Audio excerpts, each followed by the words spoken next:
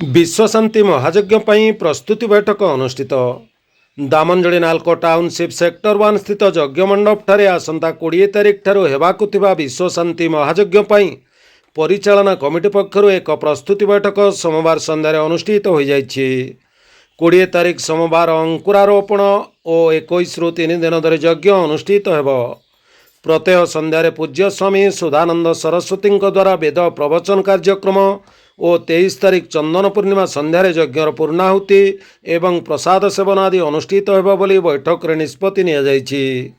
Committee पक्षर सभापति तथा नाल्को महाप्रबंधक सरोज कुमार नाथ, उपसभापति हरिबंधु विश्वाल, संपादक अनामचरण नायक, युग्म संपादक आनंद मोहन प्रसाद, कोषाध्यक्ष सुखदेव पटायत समेत सदस्य माने एही बैठक रे उपस्थित थिले।